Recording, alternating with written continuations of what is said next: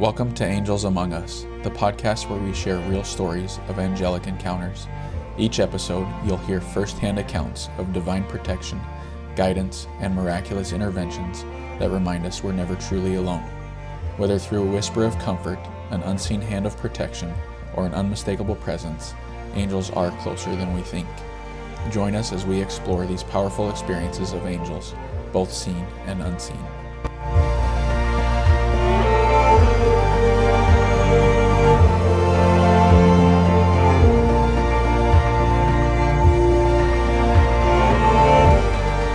Hello, hello. Welcome back to another episode of Angels Among Us.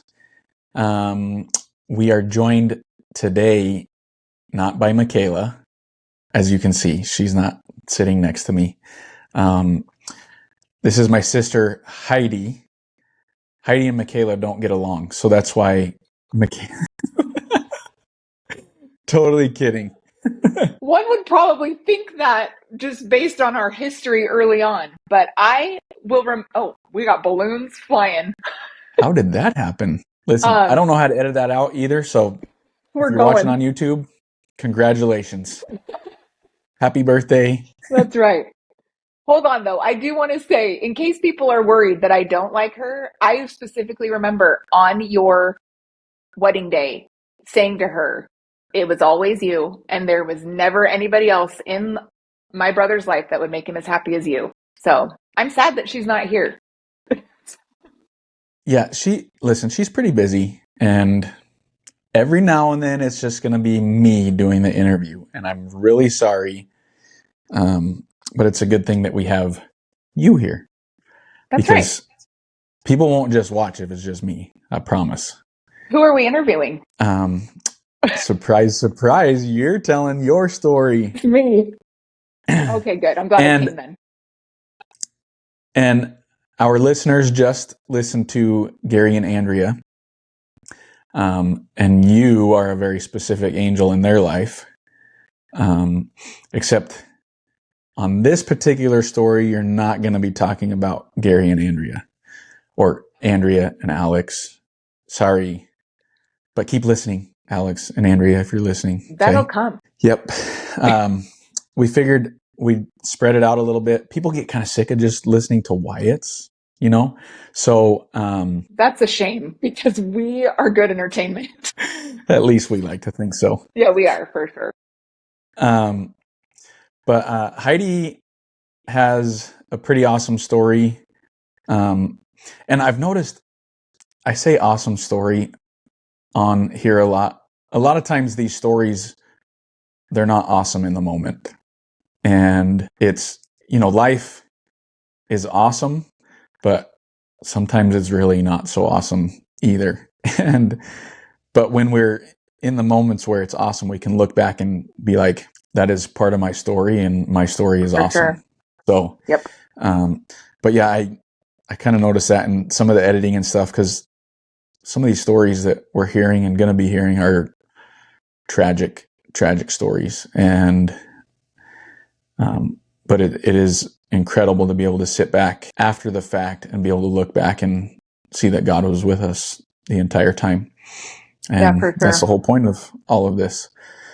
So people are sick of listening to me talk, but let's get to it. Okay, Heidi, give us a little bit of background about yourself really quick first, and then go ahead and get into your angels. And not just me. I know I'm probably the brightest angel in your life, but probably... Again, people are sick of hearing about you, so it's time for me and my other angels. Let's get the focus elsewhere. Okay. Yes. Okay. Take it away. Okay. So I am Heidi. I am Brent's oldest sister.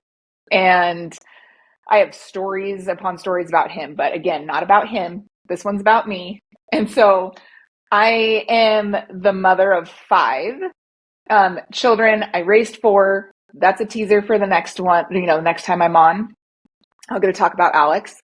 But I have 4 kids at home. They're 18, 16, 14, and 12. 1 girl and 3 boys. One is about to graduate high school. So we're really busy with all of that fun stuff that's coming up. Okay, real quick. Yeah. That was impressive. You know all their ages. Like Yeah, I know. It's because I had that's them every 2 years.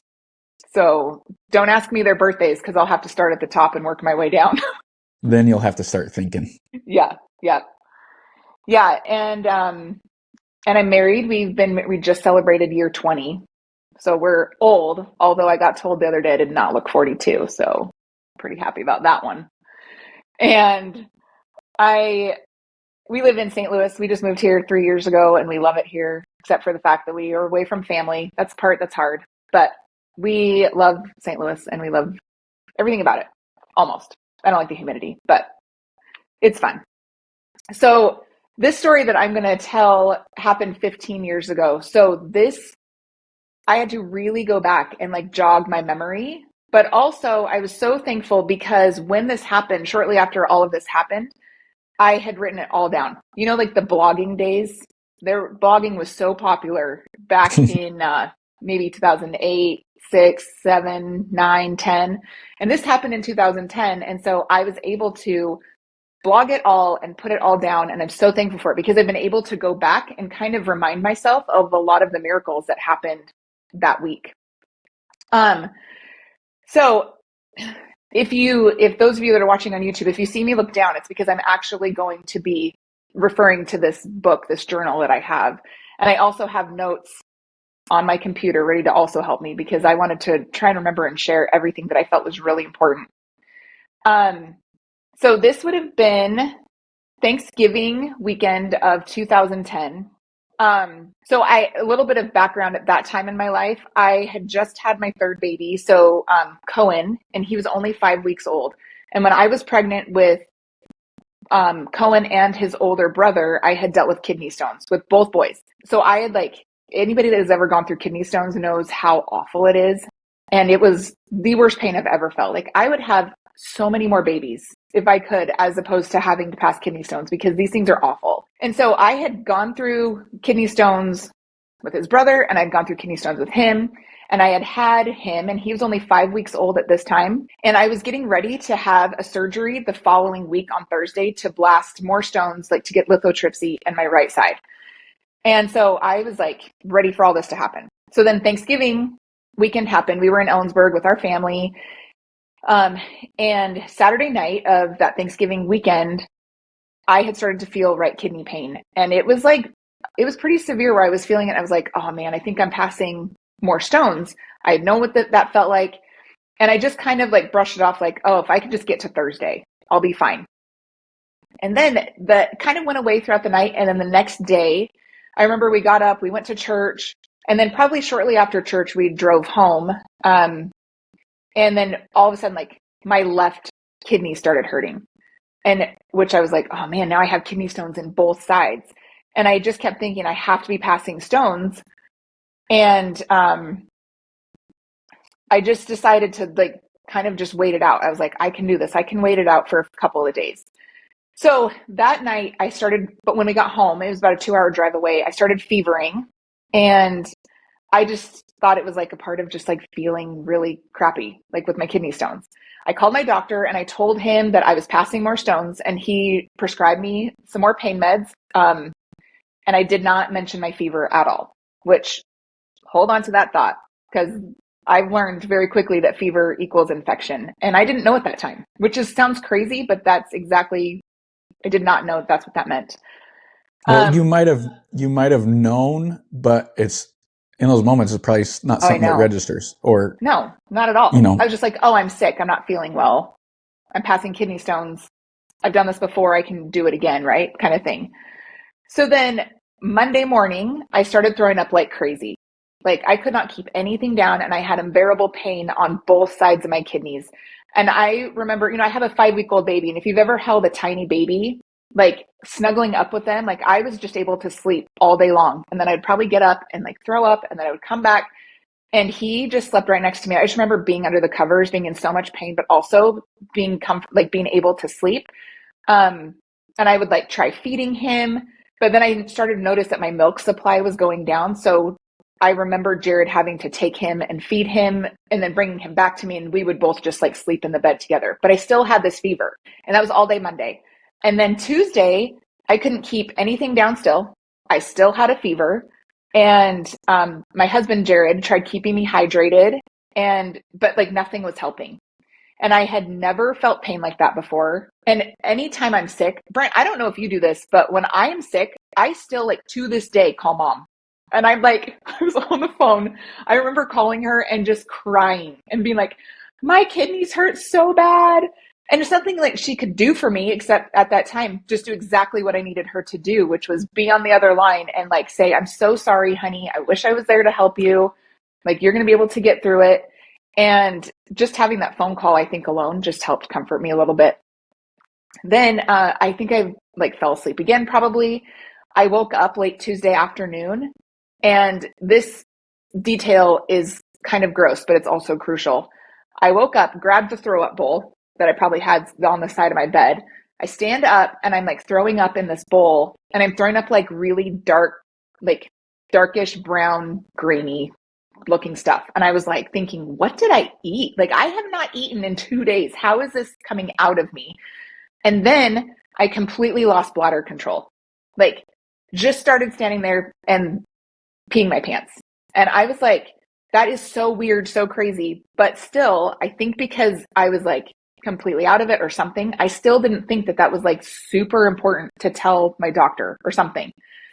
And so, and I honestly probably was telling Jared, like, don't worry about it. I'll be fine. I'm going to be fine. And so later that night, we called my doctor, and I was really close to him. And I called him and I just said, I finally told him that I had a fever. And he said, you probably have a kidney infection. You can go into the ER tonight or come into my office the next morning. Now, if I asked any of you, what would you rather do? Go into the ER and deal with waiting for hours upon hours to be seen, or go to your doctor's office the next day and have him probably prescribe you something and tell you you're going to be fine? Like, in my brain, logically, I was like, well, I'm going to just go to his office in the next morning. And so obviously looking back, I wish I would have done something sooner, but I had this ridiculous idea that I could handle it. I was just a mom of three. I think that I had this idea that like, oh, I can do anything. I'm a mom of three. I have to like prove to myself and the world. When you're a young mom, like you think crazy things. And then you get older and you're a lot smarter. But I just remember thinking like, I want to be strong. Like I want to be strong for my kids.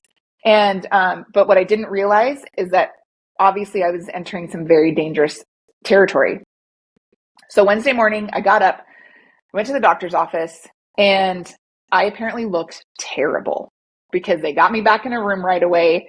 And the nurse tried taking my blood pressure, and she said that it was 80 over 40.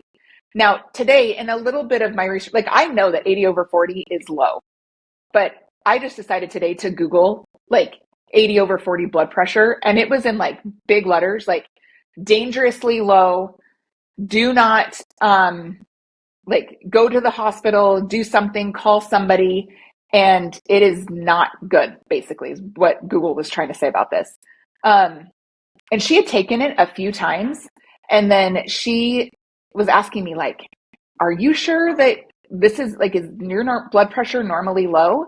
And I said, no, I like actually really prided myself on having like really good blood pressure, even all the way throughout my pregnancies. Like I really was proud of myself for having good blood pressure. I don't know if I could really handle that, like control it, but I did. And then another nurse came in and she tried to find an IV site, like tried to put an IV in. And that was another thing that I prided myself. I have amazing veins. And I always have nurses compliment my veins. And she could not find a vein in me, obviously, because I was so dehydrated. And she eventually got an IV site in me, it looked horrendous.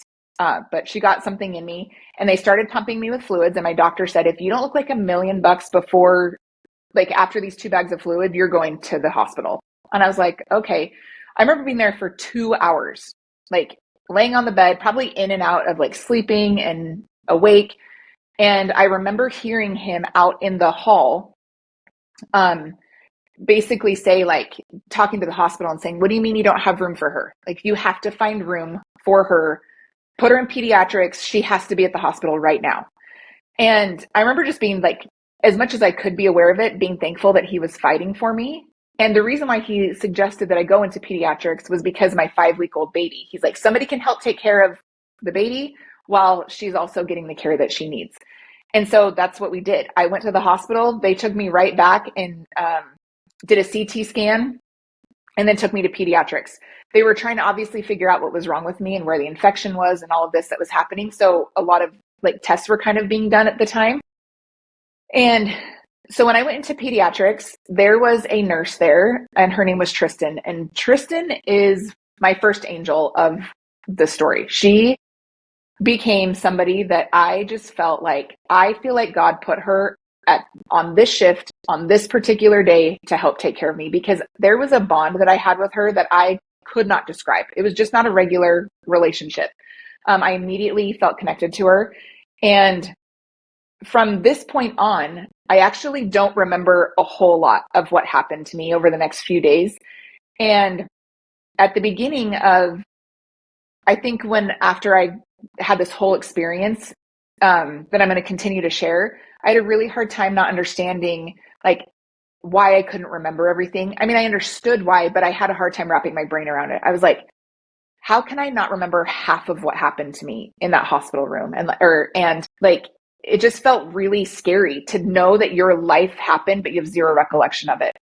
And so I really felt that after all this happened, I asked my husband if he could write down his experience. And then the same time I was writing down my experience. And then we kind of like put it together. So in this book that I have that I printed for my blog, it has like the day and then it has a little paragraph of what Jared said happened to me that day. And then like a little paragraph of what I remembered. And so I'm not going to read you obviously everything, but I do want to like share his experience first because he's not here also. Him and Brent don't get along either. Just kidding. But no, Not so true. I know. So I'm going to read like his part and then I just kind of want to share what happened to me. So this is Wednesday, December 1st. He said, when Heidi got to her room, they gave her 2 more bags of fluid. Her heart rate was around 120 to 130 range. Normal range is 60 to 90. So that's a resting heart rate. Okay. From 2 to 4 p.m., her heart rate got up into the 150 range. They gave her about 6 more bags of fluid throughout the day. So the only thing that I remember from this day, this night, is receiving like a blessing from Jared and to be comforted to know that my children would be taken care of. And obviously a mom, and especially a new mom, like I was sick, yes, but I was so worried about my kids. At the time I had a 4-year-old, a 2-year-old, and a brand new baby. And so obviously going into the hospital, I was like, if my husband's here, who's taking care of my kids? And I was just really worried about them. But I just remember being so grateful that I felt comfort knowing that they were going to be taken care of. Okay, and then that night, Jared says her heart rate got below 100 and her blood pressure was stable. She had a fever of 102.8. She had kidney failure. Heidi's parents drove over from Ellensburg to be with her and to help out with the kids. So from this night, this is a night that I remember waking up in the middle of the night and I like could not breathe very well. And I was crying and almost having like this panic attack that my chest hurt so bad. And I was like, I just remember completely, if anybody's really had a full blown panic attack, they know like how quickly you're breathing, you can't get control. And I remember nurses all around me. And then there was a really special nurse and I named Terry. And this is my angel number 2. He helped to calm my panic attack. Like she came over and I remember her whispering to me very quietly and helping me breathe. She had me imagine like tulips opening in a field and then closing, but I was the one that was controlling those tulips. And to this day, that is still an exercise that I use if I have any family or friends who are going through a panic attack. Like I help them through that. And so Terry has like her ways totally have carried on throughout the last 15 years of my life. It's amazing how that worked. And early the next morning, right before she left off of her shift, she came and talked to me and she said that she was a Christian and she wanted to pray with me and for me. And I just remember that being the most beautiful, sincere prayer that I heard. Like it was just so sweet and so genuine. And she didn't have to do that, but she really wanted to. And I loved that she did that with me and for me. That morning also, my urologist came in to tell me that I was going to have surgery. And he asked my nurse something And I remember looking at them, like talking, kind of whispering. And she said to him, I don't want to talk about this in front of her. And then they left to go out in the hall. And I think that was the first time that I really started to realize that I was like really sick. And it was kind of scary because I was like, why don't they want to talk about what's happening to me in front of me? Like that felt really scary. Okay, Thursday day, this is December 2nd. Jared said Heidi's heart rate was in the 115 to 125 range. She had fluid in her lungs. She couldn't eat or drink anything because of her scheduled surgery at 1 p.m. The surgery was to put nephrostomy tubes in her back to her kidneys to drain her urine because her kidneys had failed. Okay, so this day I remember being angry, like so mad that these sweet nurses would not give me any water. And I like wanted nothing more than to just drink water. And I asked them, will you please let me just swish some water around in my mouth? I promise you I will not drink it. I just want to swish water in my mouth because I felt really like cotton mouthy and just like angry. And they finally let me swish water, and I kept doing it over and over and over again. Um, and I just remember thinking like, I will never take drinking water for granted. Like it is the most beautiful gift to be able to drink water. And so, um, I was like off and on in and out during those hours before my surgery, but I remember that just being like really angry that I couldn't drink water. Okay. So then Jared says they started Heidi's surgery at 1 p.m. and it lasted until 6:30 p.m. She got 2 tubes placed in her back through her kidneys. The doctor that performed the surgery told me that he had done hundreds of those surgeries and that it was the most difficult. Her kidneys weren't enlarged like other people's kidneys usually are. Um, so what I remember about this surgery is clearly they didn't knock me out completely because I remember laying on my stomach, obviously because they had to drill holes like through my back because a lot of people don't really know, but that's where you get to your kidneys is through your back. So I laid on my stomach and they were, I think, like putting me in and out of like a x-ray machine so that they could see exactly like where they were going with the holes and drilling and all that stuff. Um, and I remembered wanting to get up to like turn my face because my neck was hurting to go the other way. And nurses freaked out on me. They're like, no, Heidi, don't move. And I'm like thinking to myself, I literally thought, do they think I'm going to get up and run out of here? Like, I just want to turn my head. But I was able to thankfully like fall back asleep because, yeah, I just thought it was weird that I was still kind of awake at that time, but obviously I couldn't feel anything. Why do you think they didn't just put you out? I have no idea. That's a really good question for somebody that's not me because I don't know much about the medical field. Well, there must be an answer, but Yeah, there has to be an answer. Anyways, this, like Jared said, this surgery allowed tubes to be from my kidneys to drain into like bags that my urine would fill into these bags because my kidneys weren't functioning normally. So it wasn't going into my bladder. It had to go into these like external bladders on the outside that they pinned to the side of my bed. Because obviously once it got heavy, it would start to pull on the tube that was in my back.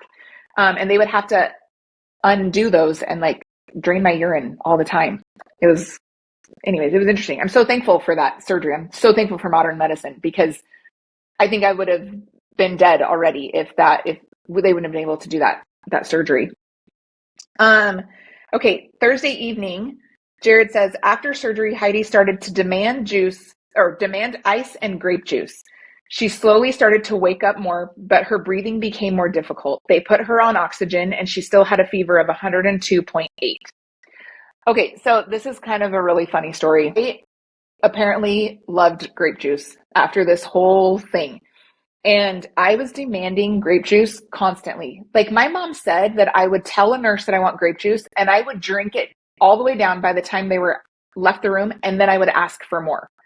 A story that I was reminded of is one time she said, like, obviously I was like a little out of it, in and out of it. And my mom said that I had my eyes closed and a nurse asked like, Heidi, is there anything I can get you? And I said, get me a big cup of that grape juice and beam me up, Scotty. And I like pointed to the air.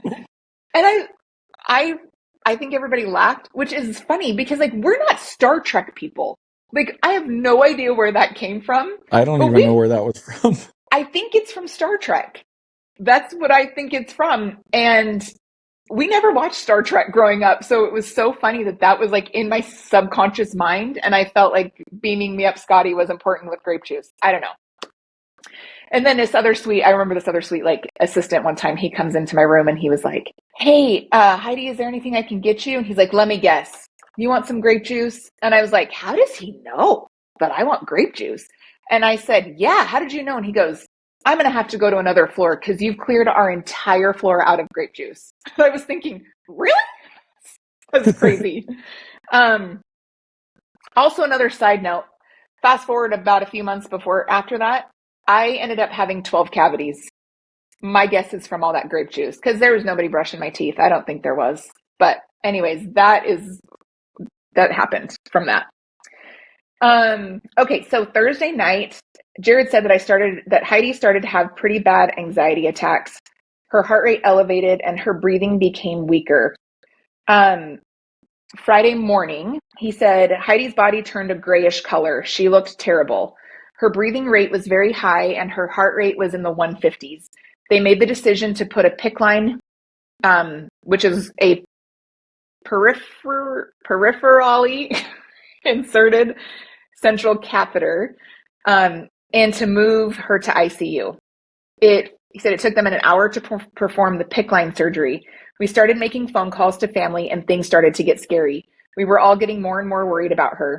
They gave her a BiPAP machine to help her breathe, and they started giving her Lasix through her PICC line to help remove the fluid from her body. This is one of those days that I have very, very little memory of. I don't remember hardly any of it other than my arm getting messed with a little bit when they put the PICC line in. Then he goes on to say, Heidi had to wear the BiPAP machine to help her breathe. She wasn't breathing very well on her own, so it forced air into her lungs. Her heart rate was around 120 to 125. The cardiologist came to see her. They did an ultrasound on her heart, an EKG, and chest x-rays. The cardiologist believed that she suffered a mild heart attack from all the stress on her body. Her heart was enlarged and it was pumping at 35%. Her breathing rate was 35 to 40 breaths per minute. The average adult resting breathing rate is between 12 and 20 breaths a minute. The nurses warned me that if Heidi didn't show signs of progress, that the doctors were considering putting her into a medically induced coma. The bishop came to visit and that's Jared talking, gave him a blessing. It was much needed and very comforting. Then he said Heidi's dad, brothers, and sisters arrived from Ellensburg, and then his dad had come that night from Tulsa, Oklahoma. Heidi stabilized, but she still had a long road ahead. The infection in her body was still present. I remember when I was writing down what I could remember from this day, I remember looking at it and being like, I had an EKG and a heart, like a scan on my heart. Like, I was like, Jared, are you sure that you're telling the right story? And he's like, yes, zero recollection of that. I had no idea that they did any of that with my heart. But I do remember the BiPAP machine and getting severe anxiety with this BiPAP machine. Now, like a lot of people they know what a CPAP machine is, that, gently puts oxygen into your nose to breathe while you're sleeping at night. But a BiPAP machine is this mask that completely covers your nose and your mouth and forces air into your mouth. And I had written that it felt like if we were driving down the highway at 80 miles an hour and you'd stuck your head out the window, and like that's what it felt like. It was like forceful air going into you, and I hated it. And every time I would go to take off this mask, an alarm would signal and nurses would come in and they would say, you have to keep it on. But I hated it. I had so much anxiety. I can feel my chest like tightening, like yes. Thinking of that is, I'm not an anxious person at all, but that's giving me the heebie-jeebies right now. Yeah. And you know what's kind of crazy? Side note about this is I struggle to this day to snorkel.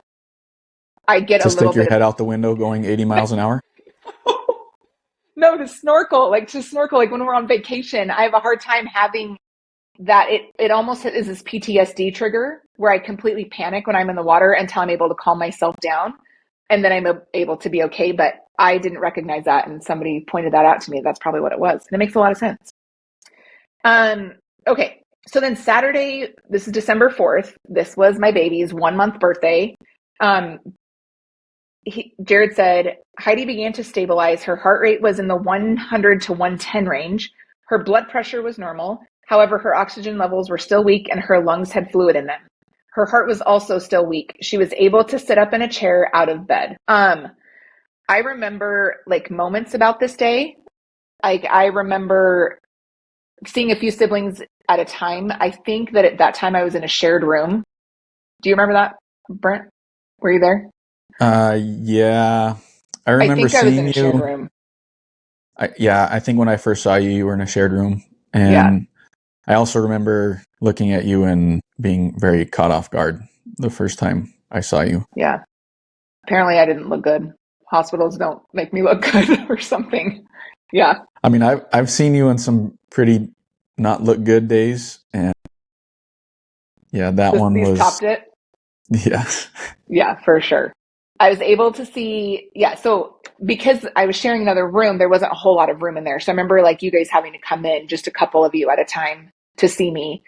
Um, and Michaela, my sister-in-law, gave me a foot massage. She wasn't even my sister-in-law at the time, and she still wanted to give me a foot massage. Like that was scoring some points. So, but I probably fell asleep. I'm going to be honest. But she did massage my feet, and I'm sure it was So some would amazing. call her an angel I know. in that moment. I'm not even kidding. Let's do it. Why can't? Why not?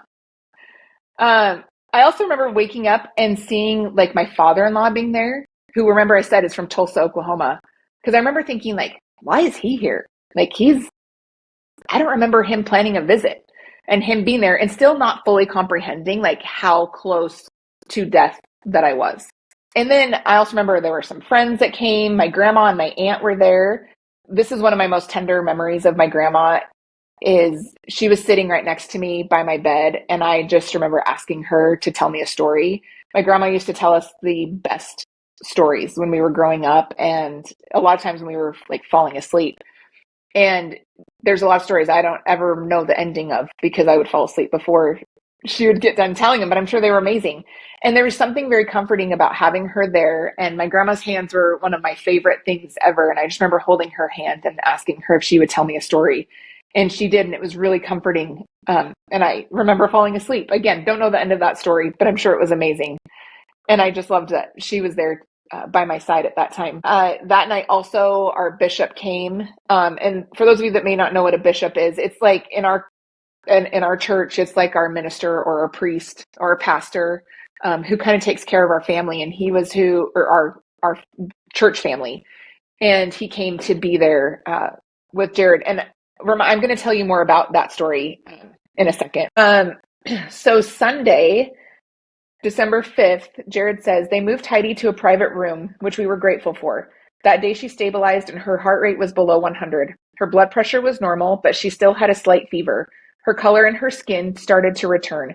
She took her very first walk down the hall Sunday morning with the help of a wheelchair. She was still very weak. This day, I remember more friends coming to visit, but I have zero idea about what we talked about. I have no idea. I also remember trying to walk down the hall for the first time, and it was incredibly difficult. And I remember thinking, like, I am so weak. Like, what is happening to me? I can barely walk. And for those of like anybody that knows me, like, I've been active my whole life. And so not being able to walk down a hall without being winded or completely tired or having complete like muscle fatigue was really humbling for me. I just could not believe that that's how weak I was getting. And I do remember walking down the hall and having nurses line the halls, like whoever was on that hall. And they were so excited for me. They were like, Heidi, you're up and you're walking. And I was just like, I kind of felt like a celebrity because I'm like, yes, I'm here, like a parade or something. But I just remember them being so excited. And they were just like, it's a miracle that you're walking. Like, it's amazing that you're able to walk. I'm so happy for you. And I was like excited too. But I also, after that, I got back to my room and I was exhausted. Like, you would have thought I had just ran a marathon. I was exhausted. I could not believe how tired that made me. Um, so then Monday, December 6th, Jared said Heidi's heart rate was in the low 90s. Her blood pressure was stable and the infection shows it's gone. She had a very hard day emotionally due to lack of sleep the previous night. The doctor indicated that they believed the infection started from E. coli. The nurse states that in her chart, the heart attack was changed to broken heart syndrome. They started medication to strengthen her heart muscles. Her color started to return to her lips. Jayla, my sister-in-law, came to give her a facial. She was able to take a shower and she still had to wear the BiPAP machine at night, but due to another anxiety attack, it had been removed for the rest of the night. This was Monday, and I remember more friends coming to visit. And I even had a dear friend who bring me her laptop, and she was like, "Here, you can watch movies." She brought me a laptop with DVDs because this was 2010, remember? We didn't have all the streaming services that were available today. So being in a hospital in 2010, not ideal. It would probably, I mean, not that I want to go to the hospital now, but it might be a little bit better now. A lot more streaming services available. So she brought that. And I remember this day, like, I missed my babies so bad. Like, I wanted to make sure that they were okay. I just wanted to see them. I wanted to hold my 5-week-old, my 1-month-old baby. And I think that I called my mom and I was like, please bring him to me. Like, please bring Cohen to me. I just want to hold him. And two great things happened that day. Like we said, my sister-in-law gave me a facial, which was amazing, and I got to shower. And I don't know if you've been without a shower for however many days I was in that situation, but I remember thinking, like, this is the greatest shower of my life. But I also remember that completely exhausted me also. And like Jared had to help me like stand in the shower and had to basically bathe me. It was, again, a really humbling experience.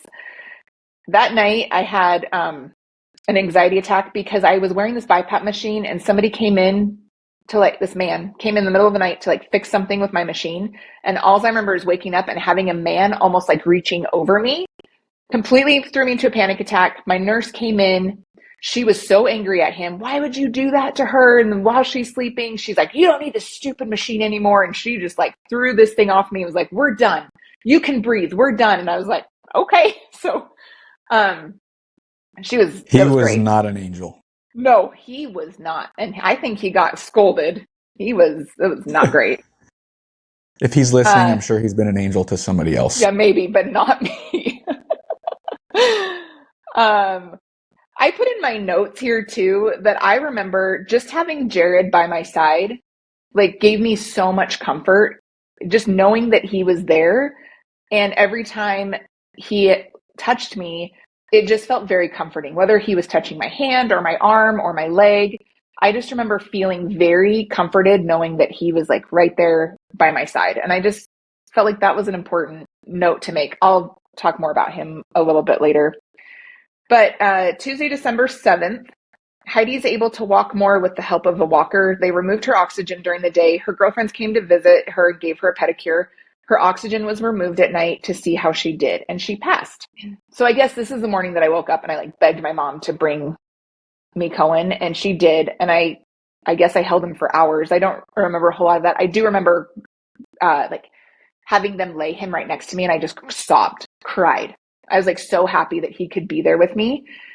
And it just brought me a lot of comfort. I guess he stayed there with me for a few hours, just letting me just hold him.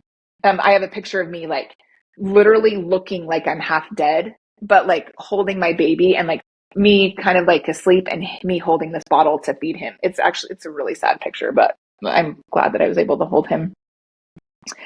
Also on this day, my two first angel nurses, so Tristan and Terry, came to see me. And when they walked into the room and saw me, oh, also at this time, they had moved me to a private room, which was awesome because more people were able to come into this room and see me. And it was a good thing for me, I think. I think it helped raise my spirits a little bit that I was able to have my own private room where all these people came to see me.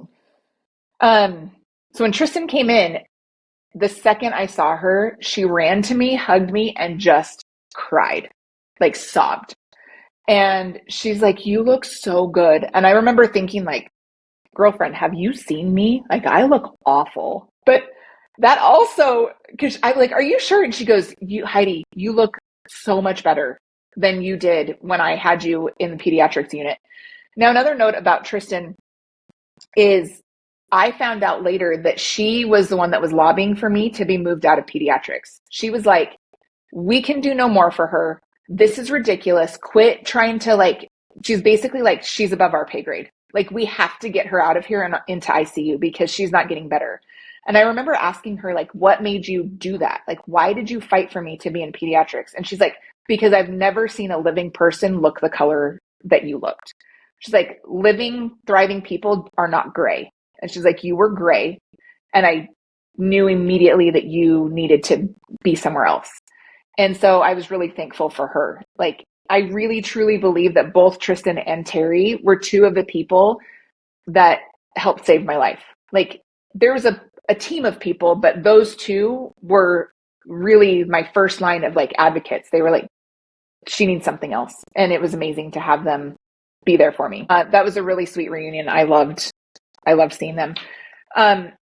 Then I think that next day I was able to go home because kind of the journal part of that part kind of is done, and it just starts talking about how we got it set up so I could have a hospital bed in my living room because they weren't wanting me to go up and down the stairs. They sent me home with a walker.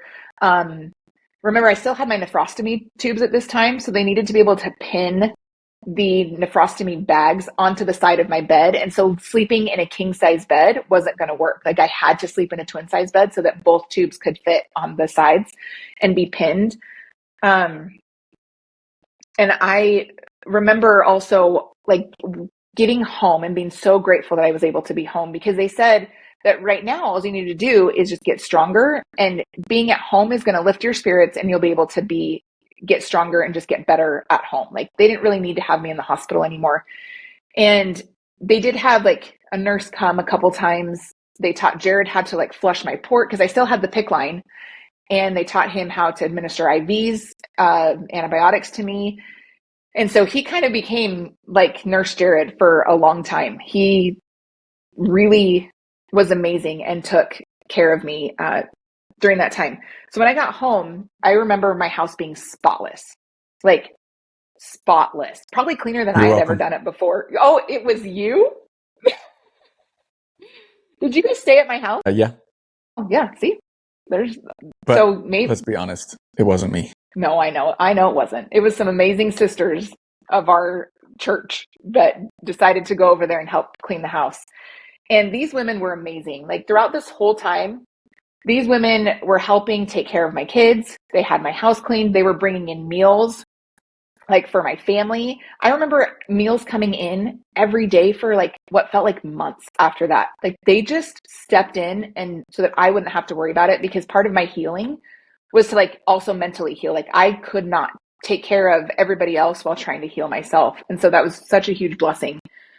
There were a couple things that, like, miracles that happened during this, and I want to share really quick. So going back to my bishop, he was a truly inspired, amazing man. And when Jared called him the night to come and see me, Jared said, or our bishop told this, he told us this later when he met with us a few weeks after I got home. He said that he immediately dropped to his knees after getting off the phone with Jared, and he asked Heavenly Father what Heidi needs specifically. And he said very distinctly, he heard Heavenly Father say to him, she needs church music. And he was kind of like, okay, I'm going to get her church music. So he called Jared back, and he was like, does Heidi have a way to listen to church music? And he's like, well, she can listen to it on my phone. Again, remember, no Spotify, no Pandora at that time. It was kind of like, I don't even know how, but he had church music on his phone.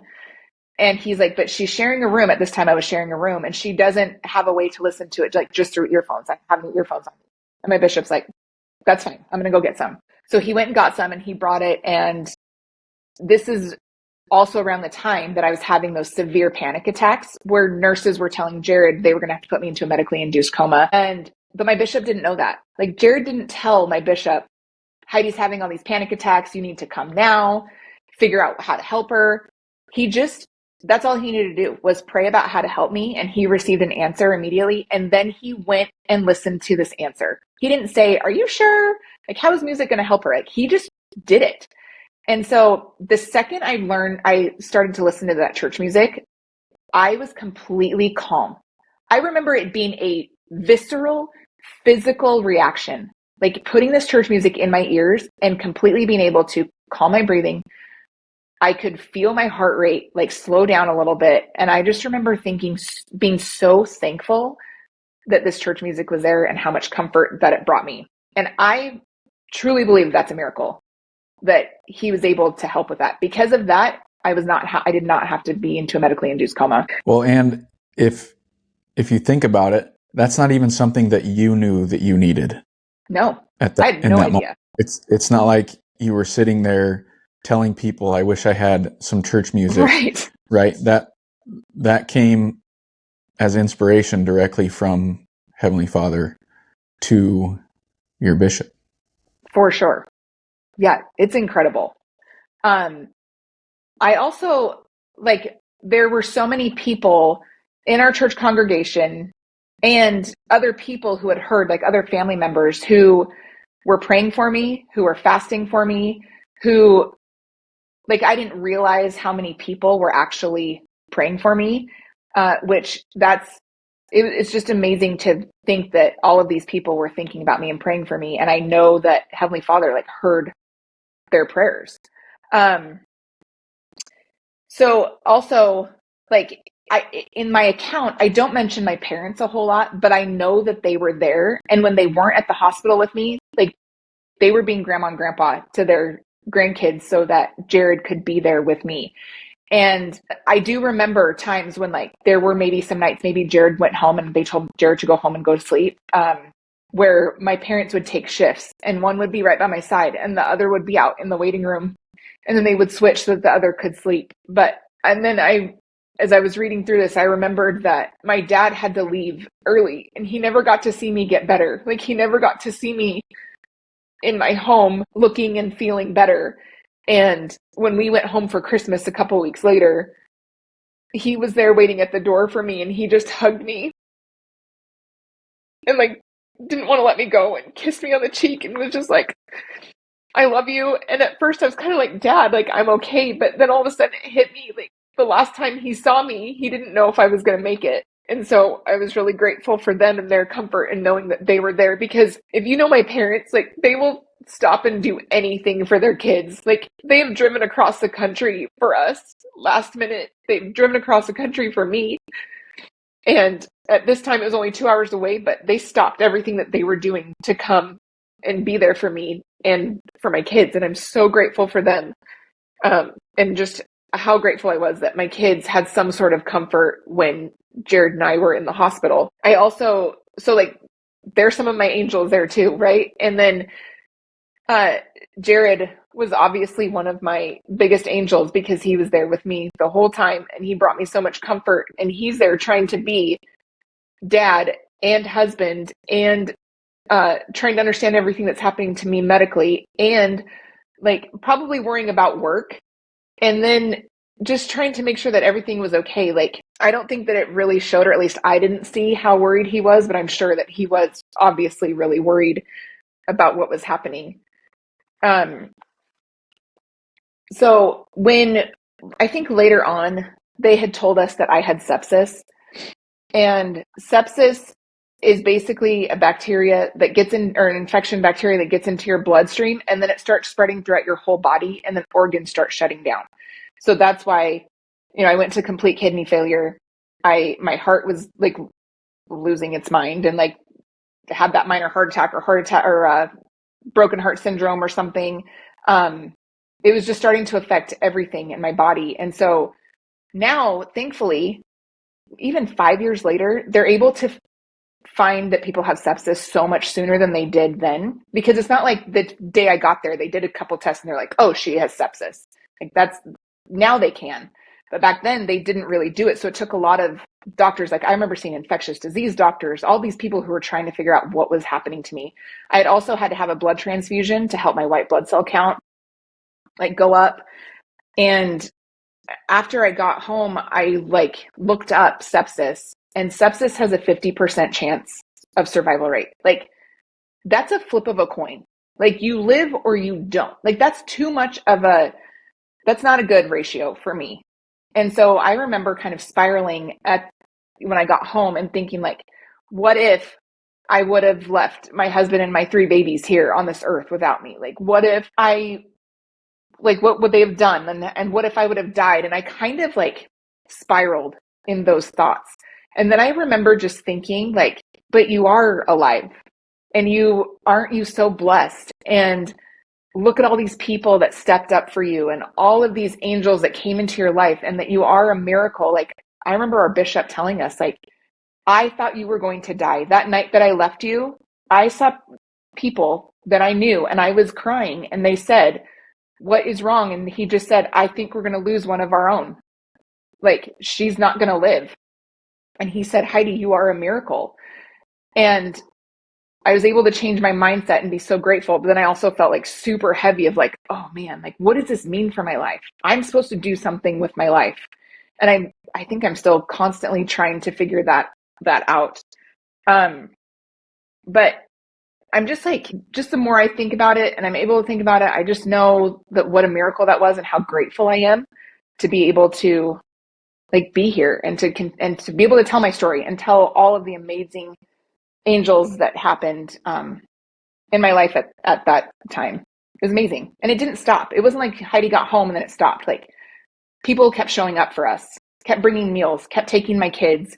I had a sister that came and stayed for a week to help take care of my baby in the middle of the night so that Jared could get up and go to work. Like people were there for us and it was amazing. I'll forever be grateful for all of them. I want to touch really quick on you being a miracle and being alive. And there's no doubt that God saved your life. And that can be a really hard thing for people to listen to and to hear, because there are people that have lost loved ones that they can't say that, right? Right. And for Michaela and I, forever not being able to have our own kids, sometimes it was pretty easy to not be really happy for people when they were getting pregnant or when people around us weren't even trying to get pregnant and they get pregnant. And we can get caught in those thoughts all the time. And Michaela's never had those thoughts, or she's never shown those thoughts. And I've caught myself having those thoughts before. And it's dangerous. And I don't like myself in those moments, right? But it's still understandable for people to have those thoughts and to wonder why. And I'm here to tell you that it's okay to wonder why, but don't get caught up on the why. Just get caught up on the angels in your life and the blessings in your life, and knowing that you'll get a why someday. You'll get the answers to the why someday. And yeah, I just know that can be so hard. Why did God save this person but not my person? And but I'm so thankful that he saved my big sister. And I remember in the very beginning, like around Thanksgiving and stuff, when you were having some of those pains, I had the thoughts of, oh, suck it up. Like, like quit being a Well, wuss. y'all know why I waited so long. Didn't want to disappoint my brother. No, but I remember exactly where I was. I mean, knowing that you were in the hospital and stuff, but then when mom and dad called and said you need to get to see your sister. And in that moment, that's when I was like, wow, this is scary. That was right after you had your heart attack that we found out wasn't a heart attack, I guess, but they said it was congenital heart failure or something. And I remember thinking, driving over with Michaela, thinking that I might not have a big sister after this. And then I felt bad for thinking you were a wuss. Yeah, it serves you right. Really quick, can you tell the story about that other church family that I remember hearing about, and I think it's a really powerful story. Yeah.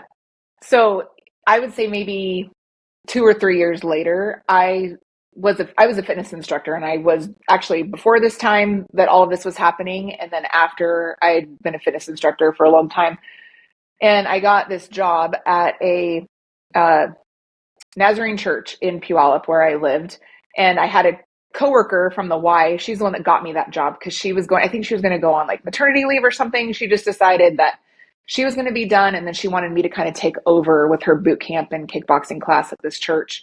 And something that I loved about this church is after every class, we all get in a big circle and we ask for prayer requests. Like, who needs prayers?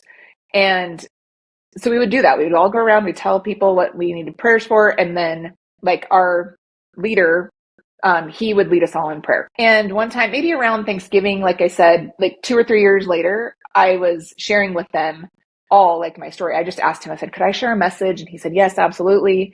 So I shared a message about how I feel like God was in all of that story and helped save my life, and how grateful I was for him. And after I was like kind of emotional sharing this with them, a couple of them stopped and just looked at me, and I was like, what? And my like boss named Bruce, he said, you were who we were praying for?